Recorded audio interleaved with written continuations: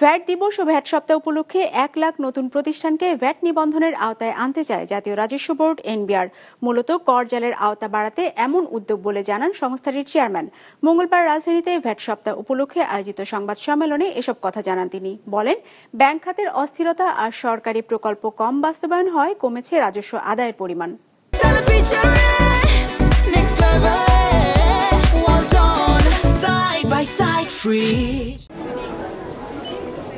পণ্য বা সেবা উৎপাদক থেকে ভোক্তা পর্যন্ত প্রতি ধাপে কর আদায় করে সরকার ভ্যাট বাবদ।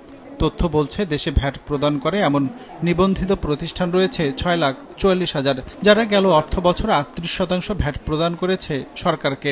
চলতি অর্থ বছর প্রথম 5 মাসে আদায় বেড়েছে 22% গেল বছরের একই সময়ের তুলনায়। যদিও তা আশানুরূপ নয় বলে মনে করছে এনবিআর। তাই তো 10 থেকে 31 ডিসেম্বরের মধ্যে 1 লাখ নতুন প্রতিষ্ঠানকে ভ্যাট নিবন্ধনের আওতায় আনতে চায় সংস্থাটি। যাদের হাত দিয়ে ভ্যাট পেমেন্ট হয়, বিশেষ করে ব্যবসায়ীগণ, তাদের যে ভ্যাট নেট, এই ভ্যাট নেটটা যথেষ্ট ছোট। এই বছরের ভ্যাট দিবসের মূল প্রতিপাদ্য এবং ফোকাসটা আমরা দিয়েছি ভ্যাট রেজিস্ট্রেশনের উপর। এবং এই মাসে আমরা যে ভ্যাট সপ্তাহ পালন করব, এটা ডিসেম্বরের পুরো মাস ব্যাপী ড্রাইভ চলবে এবং আমরা চেষ্টা করব মিনিমাম 1 লক্ষ রেজিস্ট্রেশন বিভিন্ন ভ্যালু অ্যাডেড কমিশনারেটগুলো থেকে আমরা এটা করতে পারব।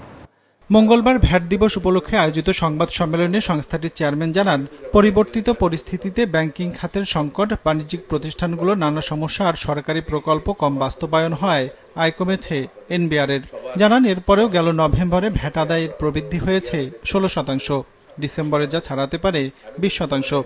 এটা কিন্তু আমরা কোনো জোর জবরদস্তি অথবা কোনো রকমের নিপীড়নমূলক কর চাপিয়ে দিয়ে আমরা এটা করতে চাই না। আমরা যেটা করছি এই মুহূর্তে, সেটা হচ্ছে যারা রাজস্ব ফাঁকি দিচ্ছে, সেই ফাঁকিগুলোকে আমরা আনআর্থ করে এই ফাঁকির রেভিনিউটা আমরা কিভাবে নিয়ে আসতে পারছি। 2025-26 অর্থ বছরে মূল বাজেটে ভ্যাট থেকে রাজস্ব আদায়ের লক্ষ্য নির্ধারণ করা হয় 1,84,630 কোটি টাকা। সংশোধিত লক্ষ্যমাত্রায় যা প্রায় 33,000 কোটি টাকা বাড়িয়ে 2,04,980 কোটি টাকা করা হয়েছে।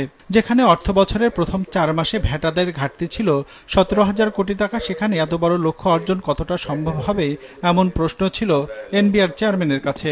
আমাদের তো কালেকশন টার্গেট সবসময় চ্যালেঞ্জিং। চ্যালেঞ্জটা যদি বড় হয় তাহলে চেষ্টাটা বড় হয়। সে কারণেই আমাদের এটা বাড়াতে হয়েছে। যাদের ট্যাক্স দেওয়ার কথা ট্যাক্স দেয় নাই, নানাভাবে এটা এড়িয়ে গেছে, তাদের কাছ থেকে আসলে রেভিনিউ আনার ব্যাপারে আমরা জোর চেষ্টা করছি। ভ্যাটের ভিন্ন ভিন্ন রেট ও ভ্যাট আইন জটিলতায় কাঙ্ক্ষিত হারে মূসক আদায় সম্ভব হচ্ছে না বলেও মন্তব্য করেন NBR chairman. Ranjibul Mizan, business report, Maasranga television.